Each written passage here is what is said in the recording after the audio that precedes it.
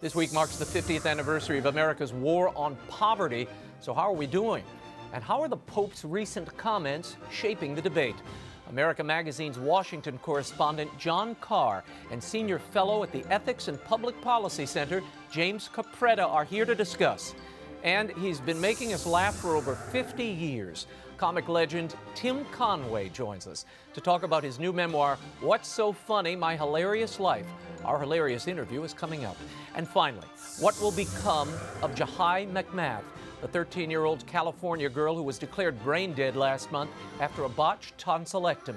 Her parents sued to keep her on life support, but now what? Lawyer and bioethics expert WESLEY Smith will tell us. The world over begins right now.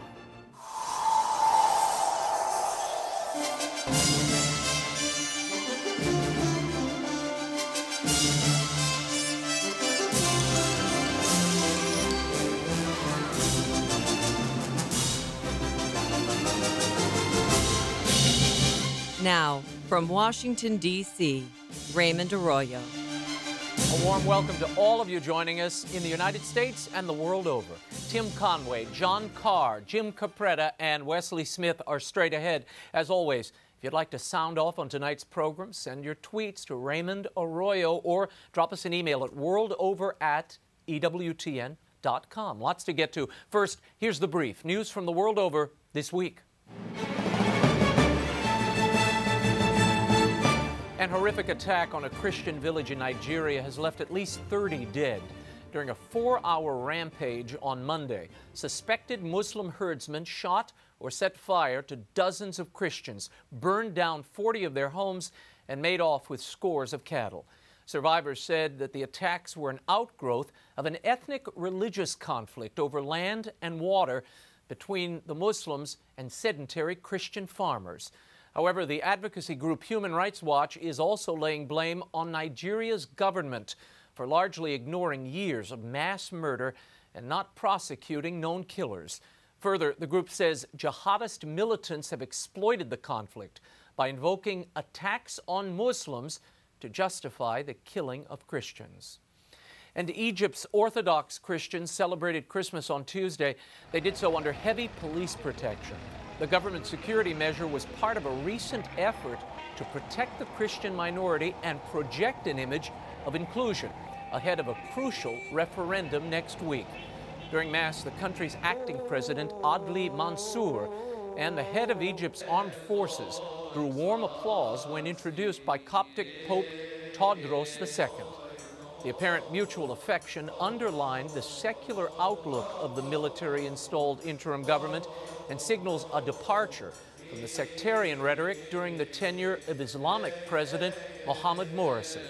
The nationwide referendum includes a draft constitution which would ensure equality between all Egyptians.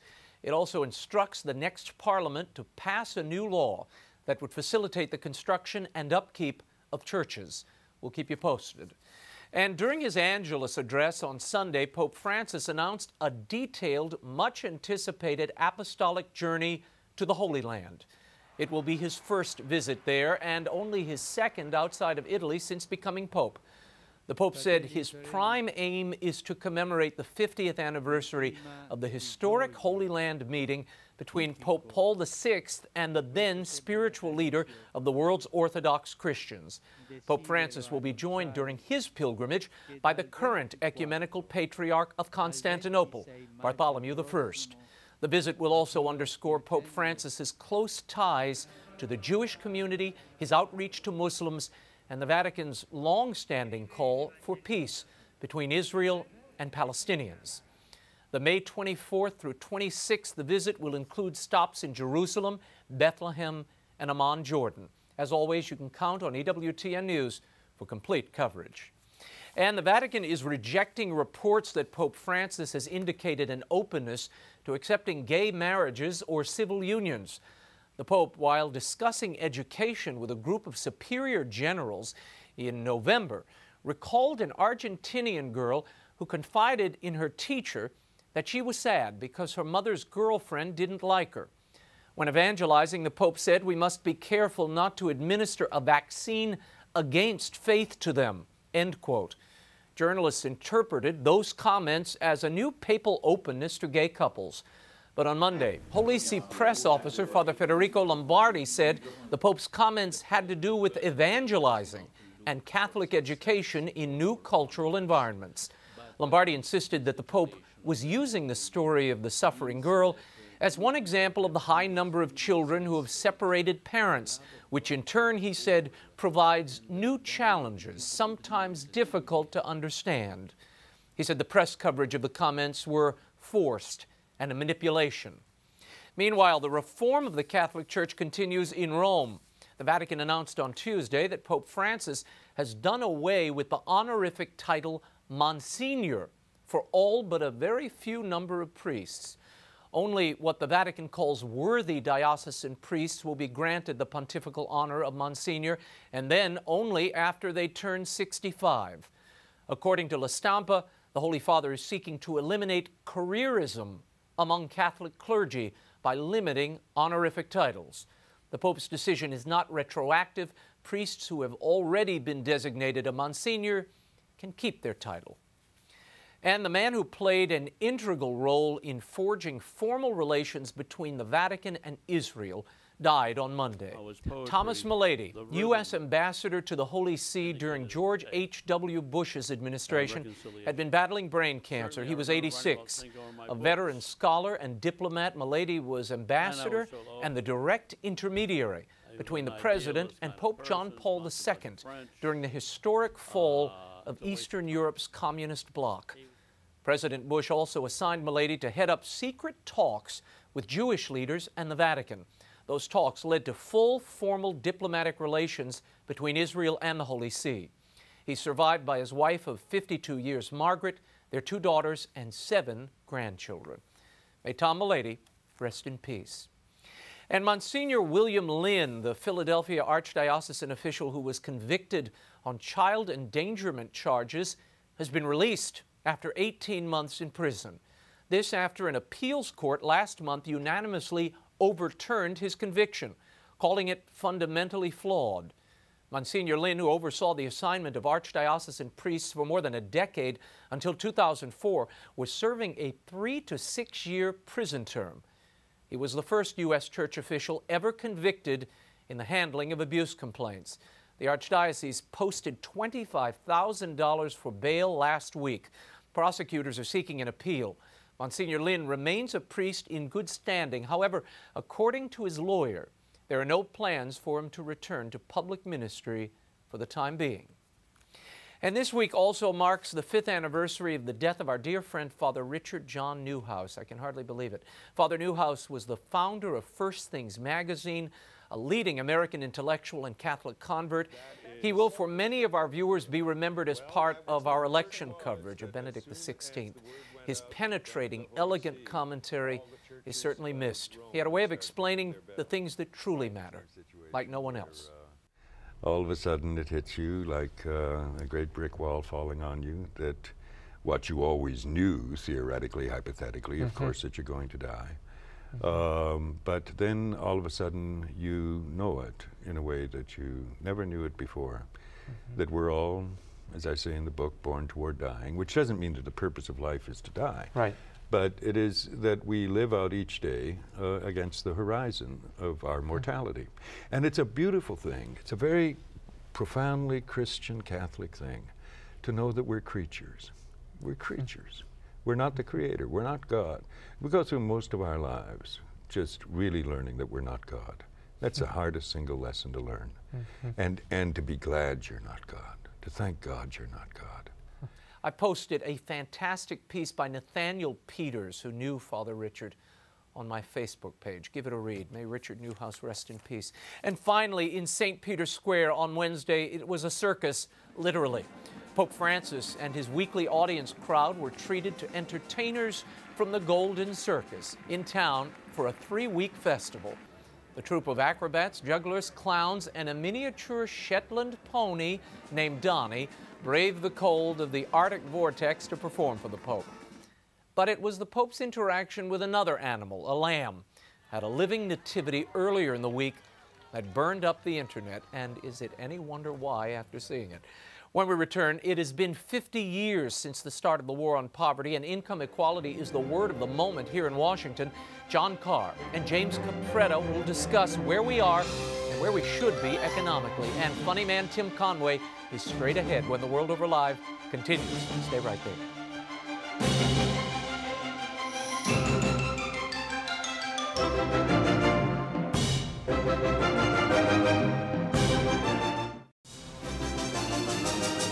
Now, once again, Raymond Arroyo. Welcome back to The World Over Live. It's been 50 years since Lyndon Johnson began waging a war on poverty here in the United States. Just how far have we come? The statistics are not encouraging. Those living in poverty are up from 14% 5 decades ago to nearly 16% today. The number of people on food stamps is up 50% during the same period. The labor force participation is down 63%, and unemployment among African Americans is up to a distressing 38%. What is the appropriate role of government in this war against poverty? Here to answer that question, I'm joined this evening by the Washington correspondent for America Magazine and the former director of the U.S. Bishop's Department on Justice, Peace, and Human Development, John CARR, and Senior Fellow at the Ethics and Public Policy Center and Associate Director of the White House Office of Management and Budget from 2001 to 2004, James CAPRETTA. Now, the Pope has made quite an impact here over the last few weeks. He's been invoked by everyone from President Obama to Paul Ryan. In his apostolic exhortation, Joy of the Gospel, Pope Francis writes, "Growth in justice requires more than economic growth. Presupposing such growth, it requires decisions, programs, mechanisms, and processes specifically geared to a better distribution of income, the creation of sources of employment, and an integral promotion of the poor, which goes beyond a simple welfare mentality." What do you hear there, John CARR, and is Washington taking note? Well, I think Pope Francis has his first miracle. He has gotten Washington, which is almost completely preoccupied by the rich and powerful, to focus on the poor and vulnerable. And the second part of that miracle is he has both Democrats and Republicans asking those questions. The bishops have spent years trying to get people to face these questions. The president didn't talk about it. Most of Congress wouldn't talk about it. And now, as you say, the President of the United States, Chairman Ryan said this is exactly the conversation we ought to be having. And as a nation as rich and powerful and as economically strong as we are, even in difficult times, we can't leave so many people behind. Now, James CAPRETTA, we've spent $15 trillion since 1965, right, and haven't really made a dent in poverty. My question is, are we following Catholic teaching, and are we moving in the right direction here? Well, look, there's two things to note. First is that the official measure of poverty, the poverty rate, in some ways is defeatist, because no matter how much we spend, it doesn't measure all the transfer payments that are made to the poor. And if you do a survey of actually the standard of living for people living under the poverty line, it actually has improved quite a bit. If you actually look at the material situation of people in poverty, it is not as bad as it was in 1965. So we shouldn't underestimate the fact that the government is doing many, many, many things to help the poor and has a safety net in place, and rightly so. But what's really going on here is there's intractable poverty, intergenerational poverty that's passed on from generation to generation, and that's the problem we really need to face. It's an educational problem. It's really a family breakdown problem, and that's at the core of what we need to address, I think, as a society. I want to talk this week. The big debate here in Washington has been extending these unemployment benefits to 99 weeks, 2 years. I want to play a little bite from the president. Here's what he had to say this week, making a pitch for this extension. We make this promise to our fellow Americans who are working hard to get back on their feet, because when times get tough, we are not a people who say you're on your own. We're people who believe that we're all in it together. So that's the values case for this. That's the moral case for this. But there's an economic case for it as well. Independent economists have shown that extending emergency unemployment insurance actually helps the economy, actually creates new jobs. Does it create new jobs, John CARR? Well, you can go through the economics. I think the Catholic case is when people find themselves down on their luck, left behind in an economy, when their skills aren't usable anymore, where they have to get retrained, when they live in a part of the country that's really underwater, that we're not going to leave them on their own. Is there a danger, James CAPRETTA, that, and I've been reading this in some of the commentary, that the safety net becomes a lifestyle choice? Even the Pope has warned about this welfare mentality. As Cardinal Bergoglio, he talked about sapping the dignity of people by discouraging them from work in some ways.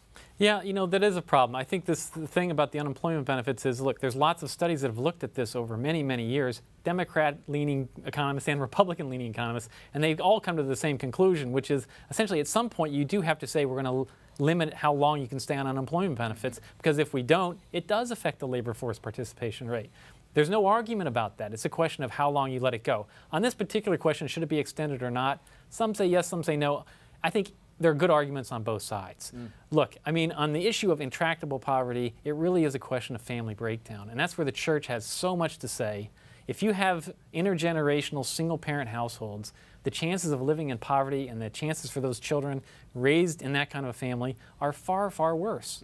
And that's the core problem that we need to address. In 1965, you had only 8% of children being born in single-parent households. Today, 40% of kids are born in single-parent households. How do we address that problem? And isn't that at the core of what's driving so much of the poverty?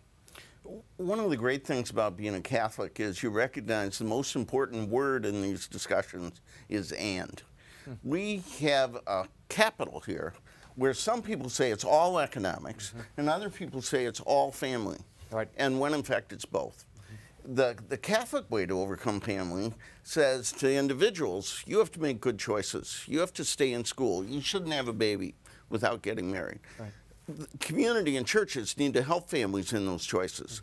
The market needs to provide decent jobs at decent wages, and government needs to step in with a safety net and when those other institutions fail. But isn't the expanding of these entitlements, isn't that a disincentive and a drag on the very jobs that the economy needs? It is, actually. We do need a vibrant economy producing lots of jobs. One of the ironies of this current debate is the president's been in office now for 5 years, and if we're having a struggle economically for some of these families, it's really because the economy is not producing enough jobs. And I think it's very, very important to realize that there's a connection between some of these policies that lead to deficits and debt and stagnant growth and not enough jobs being produced in the economy. So what is the answer for all of those who are suffering now, for these, you know, a mother who's trying to make ends meet with her child, trying to care for this child? What is the answer for those people? I mean, some have said, you know, we need to match, you have to cut elsewhere in the budget if you're going to keep these benefits where they are, or if you want to extend these jobless benefits. Sure. Your thoughts? Look, we need to have a social safety net for people that are really in distress to take care of them. We actually do have a very expansive one already in the United States. It is not perfect and can be corrected, but it is not nothing. We have a lot of programs in place. What we really need to do is provide opportunity for people in low-income neighborhoods where there's persistent intergenerational poverty. That's going to be educational reform is fundamental. The educational system for the next generation is broken, and we need to change the culture of single-parent families. Those are critical to it, and I do believe that jobs are a central part of it. John, there was a study I read this week that people in 35 states who are taking part in 7 of the major welfare programs are receiving more than they would working a minimum wage job. What's the answer there? Well, part of the problem is we have lots of people working really hard that aren't being paid very well. And that's a problem with wages. We have people in a shelter blocks from here. One block away. Yeah, on the coldest night of the year, who work every day, who can't afford to pay the bills and can't afford a house. We're a better country. So raising the minimum wage would be the answer? That'd be one. My point is, what we ought to do is listen to the Pope, which doesn't have a set of talking points. What he's saying, encounter the poor as people, treat them with dignity, work is the answer, but if there's no work, we can't have people going hungry. And every institution, the church, the government, the market, and yes, each of us has to play our part. James CAPRETTA, your thoughts on raising the minimum wage? We're hearing a lot of talk from both sides of the aisles. This is the way to go. Yeah, you know, the minimum wage is one of these things where it seems like a simple solution, but if you actually examine what happens, I mean, in a market economy, if you put a floor on wages and it means that some people aren't worth that to the firm that otherwise would hire them, they won't get hired. It's incontrovertible that raising the minimum wage will price some people out of the labor market. Now, that may not be necessarily a reason not to do it, but you know, to argue that raising the minimum wage won't reduce some level of employment is just simply not true. Let's talk very quickly about this economic inequity, the income inequity. We're hearing a lot about this. The Pope mentioned it in his encyclical. Some are using that and saying, look, the Pope is with us. The income inequality. Your thoughts on this? Well, look, I mean, it's absolutely, the Pope's points on this are absolutely right, that, you know, as Catholics, as Christians, we should be concerned about the fact that we have disparity in our society, that a lot of people aren't getting the same opportunities as others. And so it absolutely should be front and center our economic policy. I think the question really is, how do you translate the Pope's absolute intention and right focus into practical policy? That's a lot harder to do than you might think. You know, we already have tried many different things in the United States, and I think really what it gets down to, as I've been saying over and over here, is that poverty is centered around, you know, if someone is in a single-parent household and their family has not had a good educational system, their chances of succeeding and having good opportunities are very low. So it's educational reform in the inner city, and it's breaking the cycle of single-parent households. And it's decent jobs at decent wages. We don't want everybody on food stamps. We want everybody to have a job so they can feed their own kids. And there are a lot of things in the way. I think my own view is I'm a lot more worried about the people at the bottom than the few at the top. The problem is so many of the gains in our economy are going to the very few at the top. How can the government cure that, John? I mean, you're always going to have, from the time of Christ to the present, you've always had those who were at the top, and you've always had, the poor and the middle class beneath them. That's the Part way. of it is Washington. Washington thinks Matthew 25 is whatsoever you do for the middle class, you do unto me, not the least of these. And what it really means is whatsoever you do for my campaign contributors, you do unto me. But this city takes care of the powerful and the rich very well. I was with a woman who's hardly rich today. She has 5 shelters for single mothers. She relies, though, on donations from the upper income. It's not my middle mother class started or poor the guys. pro-life pregnancy center in our town. So you know that the reliance and there again, how do you? I worry when we start getting into the kind of carving up the class warfare talk, because then that's not what the everybody Pope's works doing. together. My mother, we provided cribs, we provided clothes, we couldn't provide medical care, we couldn't feed all those kids. Medicaid and food stamps and WIC were lifelines for those babies and those mothers. And my mother was a conservative Republican who felt we ought to do everything to lift young people up, but knew that government had to be a part of the solution. James CAPRETTA, last word. Look, the Pope's absolutely right for us to be concerned about all of these questions, and inequality is a big problem. But the truth is that crony capitalism, that is, in some countries where it's not really a market economy, but it's actually controlled politically for a few families who control most of the resources, that's the kind of experience where they call it capitalism, and it really isn't capitalism. What we need is a real free market economy where everybody has a shot, the rules are fair, property rights are in place, but the rule of law is there, and the poor are taken care of.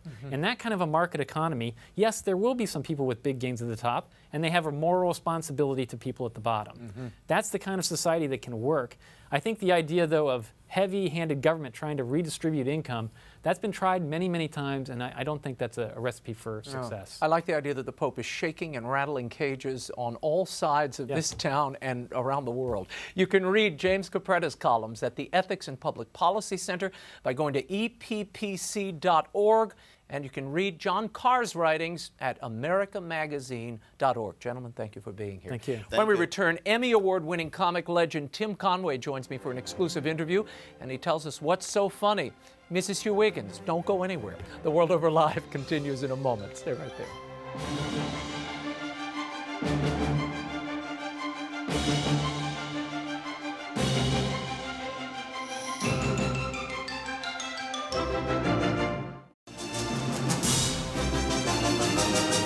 Now, Once again, Raymond Arroyo.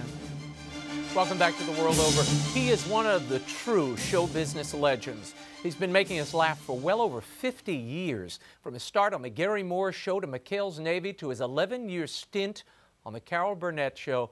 My next guest is a national treasure. He returns to The World Over to talk about his work, his faith, and his terrific new memoir, What's So Funny? My Hilarious Life. And it certainly was when I sat down with Tim Conway recently at his home in Los Angeles. Take a look. Now, well, this story started in Chagrin Falls, Ohio. Yes. I want to start there, and I want you to share with us, who were your comedic influences? Who were you watching or listening to, more importantly, at that time? I think it was the guys who named our town Chagrin. Chagrin? Because that means disappointment in Indian or whatever. And so Chagrin Falls, Disappointing Falls, and it was, because it was only about 4 feet high and the water would trickle over it. So you'd go down to Disappointing Falls to get married and all of that. And just to feel bad about it. Yeah. No, it was a great hometown. It was like a Tom Sawyer village, and I was very happy there. Much happier than I am here, because you fellas have rearranged all our furniture for us. The whole Yeah, domicile, right. for which I apologize. Don't worry about it. Now, you were doing a show in the late 50s and early 60s on Cleveland television. Yes. How did you get into performing? I had nothing else to do, and so I went down to a television station in Cleveland, and I said, you know, I have an idea for a show. And Ernie Anderson will be the talent, a local guy who was very funny, at least I thought so, and I would be the director. Now, I had never directed, and he had very questionable talent. So we went on in the morning. Our first review said, you want to see Stink? Tune in to 8 o'clock. Well, that's a great, what a tagline. It stayed on quite some time, almost a year, because, or 14 weeks or whatever they were giving us, because it was so bad. And it couldn't have been too bad. Rosemary, who was, yes, you know, a big star at the time, right. She, I guess, blew into Cleveland doing something, saw you, and recommended you to Steve Allen? Rosemary from the Dick Van Dyke Show was happening coming through Cleveland, promoting the Dick Van Dyke Show, and I said, you want to see something, what we're doing here? And she said, gee, that's awful. And I said, yes, we have reviews to prove that. So she said, let me take this to Steve, because I think it's something that Steve would, because Don Knotts, Louis Nye, Tom Poston at the time were on his show, and he likes unusual talent. And she said, you are certainly unusual. So I came out here, Steve did his show, and the next thing I know, I was a regular on the show. You end up, though, in McHale's Navy with Ernie Borgnine. Yes. What was that like? I mean, suddenly you went from really doing sketch television to a scripted show. Tough transition? It was wonderful. Ernie was, for a star as big as he had just come off from Here to Eternity, and I mean, having these idiots running around, you know, oh, hi, Skip. Ernie was the kind of a volatile guy, and he would punch people from time to time. Fortunately, not me. I was going to ask, were you ever on the receiving end? No. I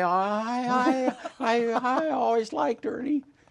Your mother wasn't so sure, though. Even when you were, I mean, this was a big deal. You're on McHale's Navy. The show was running. Your mother calls you and says, Jim Shutt is who owned the hardware in town. In Chagrin Falls. Yeah. And she said, he's hiring another guy, and you know Jim pretty well, so I think you could get that job. So why don't you come home and work in the hardware? I said, have you been watching television for the last couple of years? And she said, yeah, but that crap's not going to go. So I said, well, maybe you're right. So you did for a moment think about the selling the nails and the hammers. Oh, yeah. I could still be there.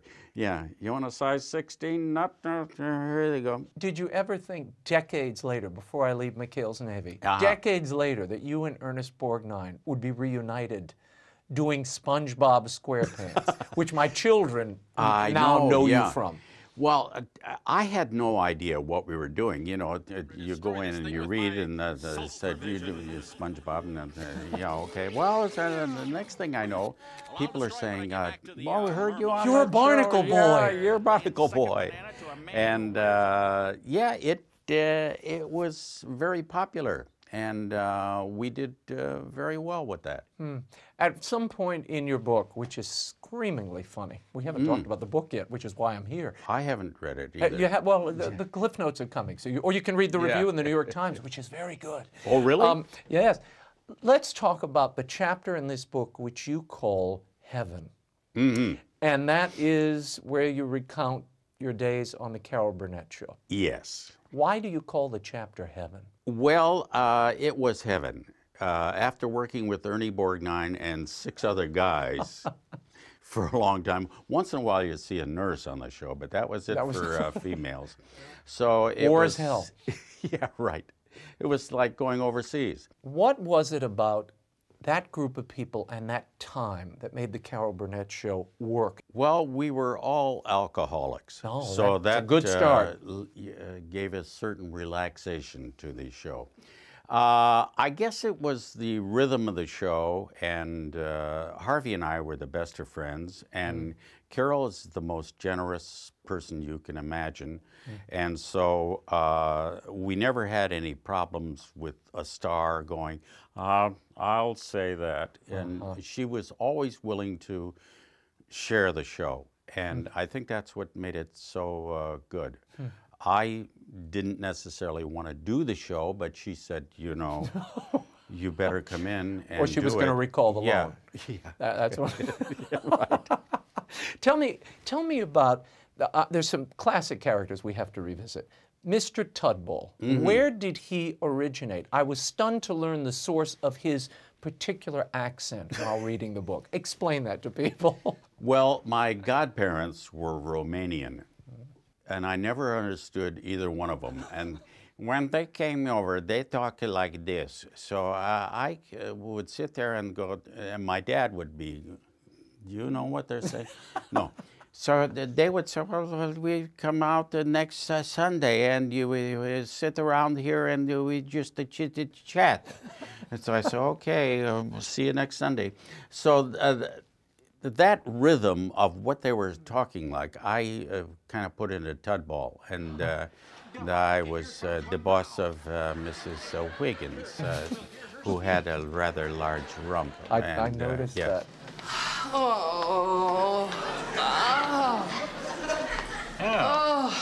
We're in luck. It's the mating season.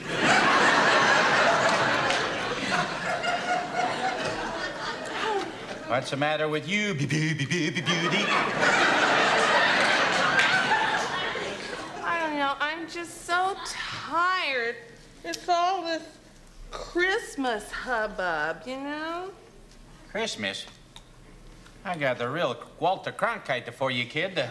Christmas isn't for the 9 months yet. Oh, I know that.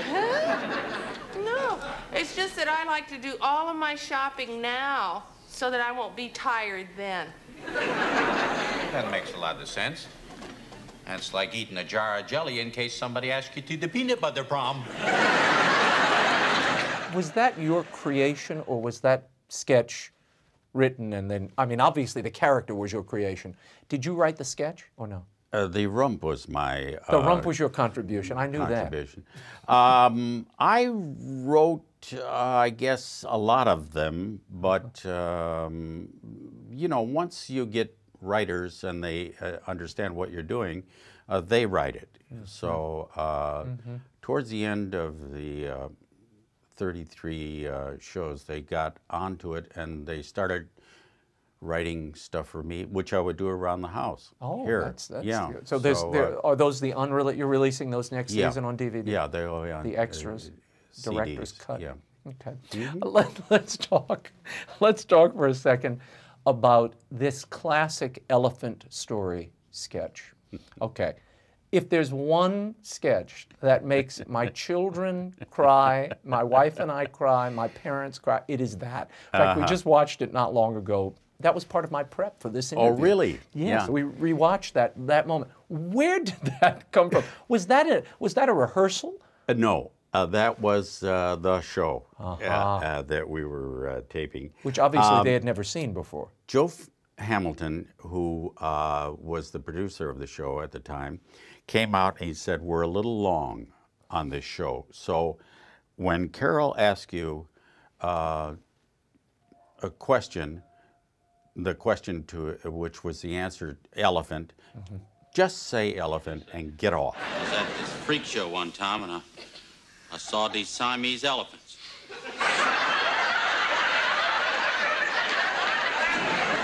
It's joined at the end of their trunks like that. And this trainer would make them stand up on their back feet like that, and it had their trunks stretched like that. Then this little monkey had come out.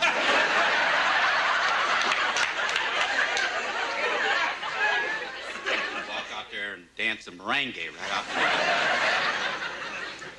Kind of felt sorry for them. They couldn't go like the other elephants when they go. All they could do is just blow and go, North.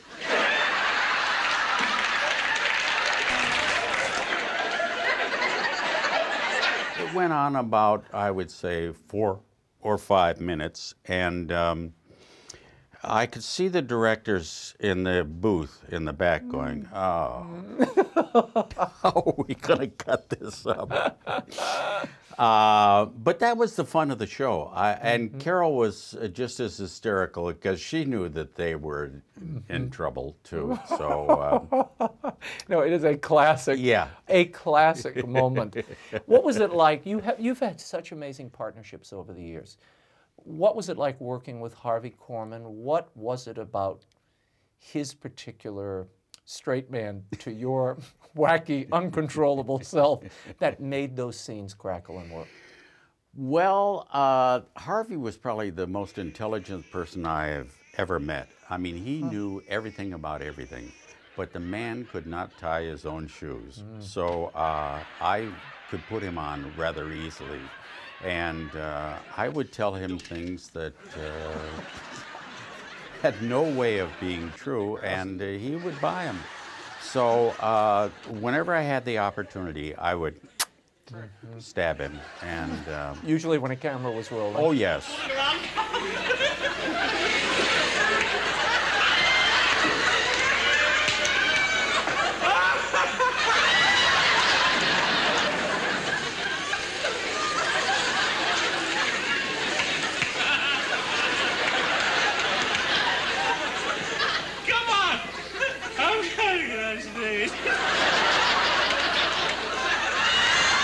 Seems to me, as I watch the Carol Burnett Show, as I watch even your films, beneath all of this, there is that great, sweet affection. You could tell these people really did care for each other and do. Yeah. Tell me about your relationship with Don Knotts, and was that part of it?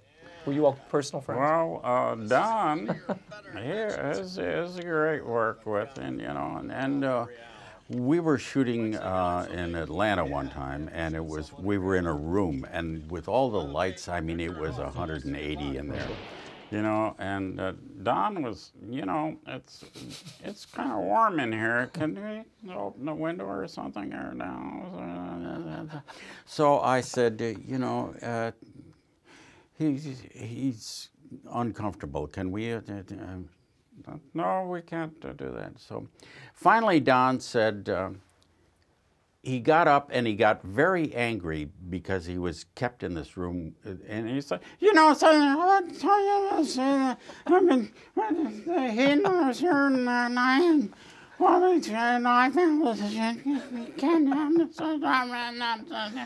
And everybody said, what'd he say? I said, he said, sorry. So he was the character we saw on screen. Character, yeah.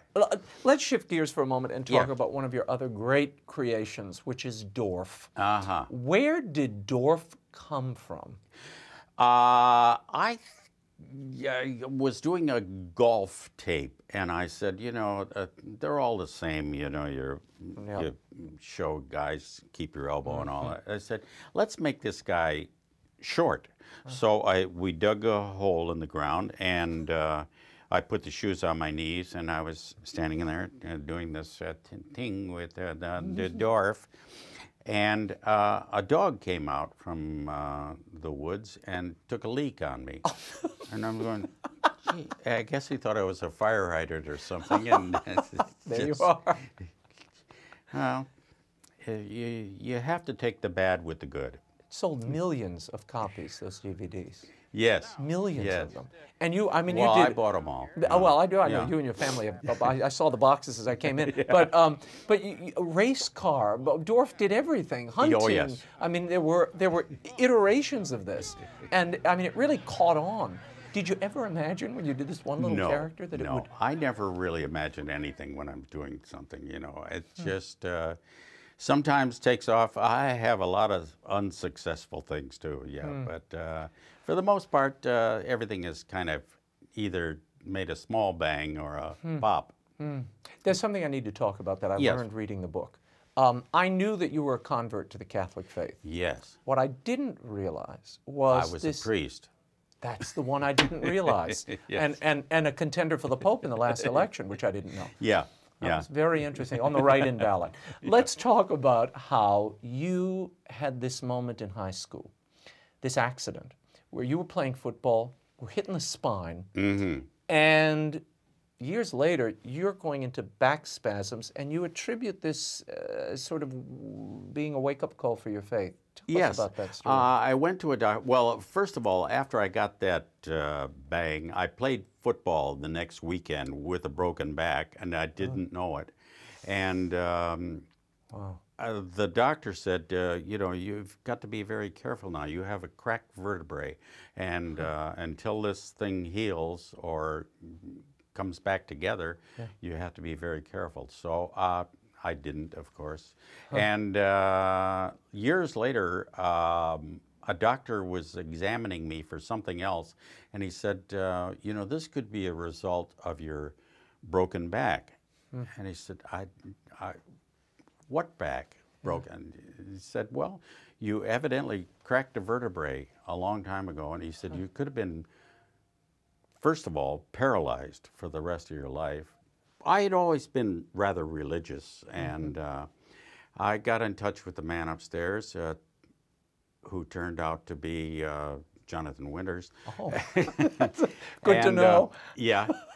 And got in touch with the man upstairs and said, you know, thank you very much. And I became a Catholic and have been a very strict, I don't go around going, you know, you should, and I would, because that doesn't mean anything. No, you live it, but you see it through your work. Yes. There's a gentility and a kind of well, I've sweetness never in your work. sworn in front of an audience. I've never done, well, I've taken off my clothes, but the but you put other clothes on. Yeah, I can't take that. So, yeah, I've tried to remain something that if people come to see the show that they could enjoy with the children. And Tim, why did you convert? You were raised Romanian Orthodox, baptized. That baptism story is hilarious, by the way, which you might want to recount. I was being baptized, and I guess it was about 3 or 4 months old. And they put you on a little crib and down close to the floor, and they put the baby there, and you all walk around with some kind of holy rag or something, all holding on to it and saying prayers. And my parents were walking around with that, and I happened to fall off this thing and rolled under the table. And so when they all looked up, I'm gone. My dad said, he has risen. And the priest said, no, he has fallen. So, yeah. Oh, here he is. They found me, put me back on. Kind of an Yes. early slapstick. You're already doing Yeah, right. pratfalls right My at the dad baptism. was doing comedy, I guess. Yeah. Why did you convert to Catholicism? I liked the structure of it. It was much stricter than most other religions. You just got dressed on Sunday and went to church, and that was it. But Catholics, you got a lot of crosses hanging around your neck and rings and things of that nature. And so it was something I was comfortable with. Tell me about your hidden talent, which we learn about in this book, which is you are a tailor. And in a moment, we're going to show people just how Tailored I am. accomplished you are. Yes. Where did this come from? My mother was a seamstress, and sitting that long watching her sew, I kind of picked it up, and I would make clothes. You couldn't wear them out in public. As I read this book, it is such a sunny, fun romp, really, through your life. There are great stories here, also a lot of insight into your personal life, your family, but it is a sunny portrait. What is the saddest moment in Tim Conway's life? Wow, Aside boy. from this interview. Please. Well, this is pretty sad. I know it. I think like when my dog died, you know, those are sad moments. But no, my parents never smacked me or anything like that because I was a perfect child. Well, that's what it is, sure. Yeah. My mother actually said to my dad one time, he's done this, and she listed a whole bunch of things, and so my dad said, come here. So he went into my bedroom, and he took off his belt, and I thought, oh, boy. Oh, here it comes. So he started whacking the bed, and he said, you know, So I'm going, and my mother came out and said, well, you know, no, don't do that anymore. I said, I know. So that's as bad as it got in the Conway household. Oh, that's as bad as it got, yeah. That's not too bad. Yeah. And it's been an amazing story. It's an amazing book. And what a life. What is the lesson that people should draw from Tim Conway's life and work? Well, you're only here once, and you've got to enjoy it. I know it's tough at times because outside elements do make it rather restrictive, money and things of that nature, but enjoy it while you're here. It's such a pleasure to be involved with you. Okay. And this whole crew. Invading your home. I know. Yeah, this right. is probably the high. In fact, you could write another book just about this experience, and I hope you will. Tim Conway, you are a constant joy to so many. There's no question about it. That's true. Certainly to our family and to so many others. So I thank you for that and for the interview. Oh, thank you. He's too much. Now, during that interview, there was a little piece of video I want to share with you. Tim Conway referenced that he is a tailor. I want to show you how he's used that skill in the room where we shot the interview. Take a look. Now, is this your normal attire when in this room? Yes, I come down here and relax. I have a bedspread made out of this same material, so I'm comfortable wherever it's on. He is a stitch. What's So Funny? My Hilarious Life by Tim Conway is available at bookstores everywhere and at all the online retailers. The plight of a 13-year-old California teen, Jahi McMath, was declared brain dead by a series of doctors following a routine surgery last month. When the facility wanted to remove her ventilator, her parents sued and the court intervened. She's now in the care of her parents. But what happens next? To discuss this very thorny bioethical situation is Senior Fellow at the Discovery Institute on Human Exceptionalism, WESLEY J. Smith, via satellite from San Francisco, California. WESLEY, thanks for being with us. Hi, Raymond. How are you? Hey, let's get into this case. I mean, here you have 6 doctors who examined this poor girl. She went in for a tonsillectomy. I guess she started bleeding and experienced what these 6 doctors, at least, have described as brain death. What is this situation, and how is it different from the Terri Schiavo case, for instance? Well, brain death is the death of the whole brain and every part of the brain. In other words, it doesn't mean that there's no living cells in the brain, but it means that no part of the brain is working as a brain. I've had doctors describe that to me as if it was a decapitation. Terry Schiavo was unquestionably alive. If someone's declared brain dead, that's a way of being declared dead. It's called death by neurological criteria, and they go through a lot of different tests. Terry Schiavo was what was called in a persistent vegetative state or a minimally conscious state, meaning she had a catastrophic cognitive disability, but she was without question alive. For example, she breathed on her own. Jahi McMath, as a person who is brain dead, would not be able to breathe on her own once the ventilator was taken away. She would not even be able to attempt to breathe on her own once the ventilator is taken away. Somebody in a vegetative state sometimes does need a ventilator to support breathing, but if there is even the attempt to breathe on one's own, even if unsuccessful, that means that the patient is alive. Wesley, distinguish between proportionate and disproportionate care, and where would you say this case is falling? Well, the Jahi case, with somebody declared dead, there's no obligation under the law to continue care other than a short period of time in California with regard to allowing the family to adjust. But what's remarkable here, I think, is that Judge Avillo Grillo of the Alameda County Superior Court was able to actually force, I think, a settlement on the parties in which each side got what they wanted. Oakland Hospital, Children's Hospital Oakland did not want to treat Jahi as if she were a living patient. For example, they resisted having a feeding tube put in, and they were not required to. On the other hand, the parents refused to accept the brain death diagnosis, particularly considering that she was warm, she's breathing, and so forth. So what happened was the judge worked a deal out where the hospital transferred Jahi to the coroner, and then the coroner transferred Jahi to the parents. And they have taken her to an undisclosed location where they are trying to give her nourishment and so forth to see if they can keep her going. If Jahi is brain death, eventually even the most rigorous efforts to continue treatment and the body going, it will not work.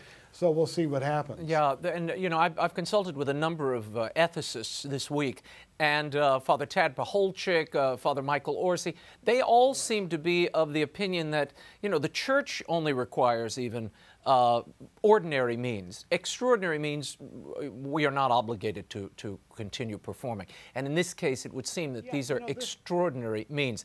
I want to share with you something. This is the attorney for the family. This is Christopher Dolan. He's Jahi McMath's family attorney. Listen to what he had to say. We have some very good news to report, which is that Jahi is safely on the ground in a healthcare facility, receiving all of the health care that any human being should deserve to have. She's being given antibiotics to help combat infections that were growing while she was laying in the bed. She is being given some nutritional support. She's being given essential supplements such as potassium and other minerals and hormones to help balance out her bloods that had been off as she laid in that bed while they wouldn't help her. And we're very relieved that she got safely to where she needed to be, because we were all very afraid that given the fragile condition as she wasted away at Children's that she might not make it. Do you see any possibility that she might make it, Wesley? Not if she's brain dead. And now that we have to say that sometimes that is a mistaken diagnosis. Unless the proper tests are done and extra care is given, that can be done mistakenly. I happen to have confidence, particularly because the judge ordered that independent medical examination from a very notable Stanford professor, that the diagnosis is correct. If it is correct, all of this application of technology and medical support will not allow that Jahi to continue over a period of time. The body will eventually deteriorate. If, by the way, in the unlikely chance the diagnosis is incorrect, that will be cause for real raised eyebrows. And Wesley, we should say you've recently. But I believe that she is deceased. I believe that she is deceased. You have recently written of your concern for some of these brain dead declarations where people are denied a second or a third opinion. Tell me what's driving that, do you think, where patients are denied a second or third physician examining them? I don't think they're being denied yet, but there's advocacy to deny that, and I think that's just that's crazy. I think there's an impetus for organ donation, and I also think that with our incredible drive to cut costs these days, not only are people like Jahi, you know, who actually is not entitled if she's dead to have this medical treatment continue, but unquestionably living patients may face at some point soon the prospect of being forced off of life support that they want. You see this something in Texas and some other places known as medical futility or feudal care theory, where doctors and bioethicists decide they can veto family or even an advance directive saying they want life extension, life support, because they don't think the quality of the patient's life or the cost is worth the care, but that turns medicine on its head. I'm not so concerned about these brain death circumstances, which are very rare. I am concerned that we're entering in an era where the most weak and vulnerable and sickest and most disabled and elderly patients may not be able to obtain efficacious treatment because people don't think that their lives are worth that kind of support. Wesley, very quickly, I want to get into this Marlise Munoz story. This is out of Texas. This is a 33-year-old mother. She left a will that said she did not want to be revived, or left instructions that she did not want to be revived. As it turns out, according to Texas law, at least in the interpretation of the hospital where she found herself, she has been declared brain dead, but they kept her on the ventilator because she's pregnant. Your thoughts? Right.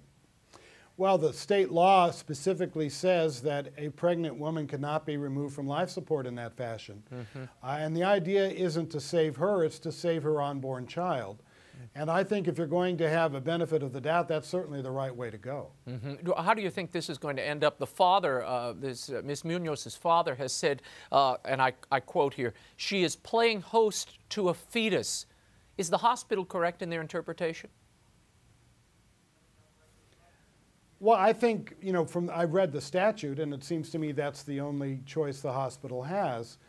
Playing host to a fetus is kind of a cold statement to me. The policy of Texas is that they will try to make sure that babies that can be born are born, and I think that that's the humane thing to do. I understand the family's terrible distress, but this child doesn't deserve to die if the child can make it through to birth.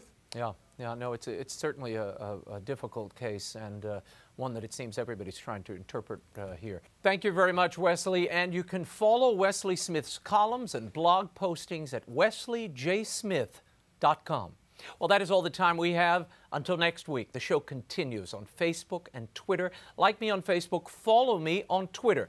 The links are at RaymondArroyo.com. By the way, if you sign up for my free e-blast, I'll send you exclusive content, including our remembrances of Father Neuhaus and the latest news. Go to the center of the webpage at RaymondArroyo.com. In the meantime, we'll be scouting the world over for all that is seen and unseen. On behalf of the staff and crew of EWTN News, thanks for watching. I'm Raymond Arroyo from Washington, D.C. See you next time. Bye now.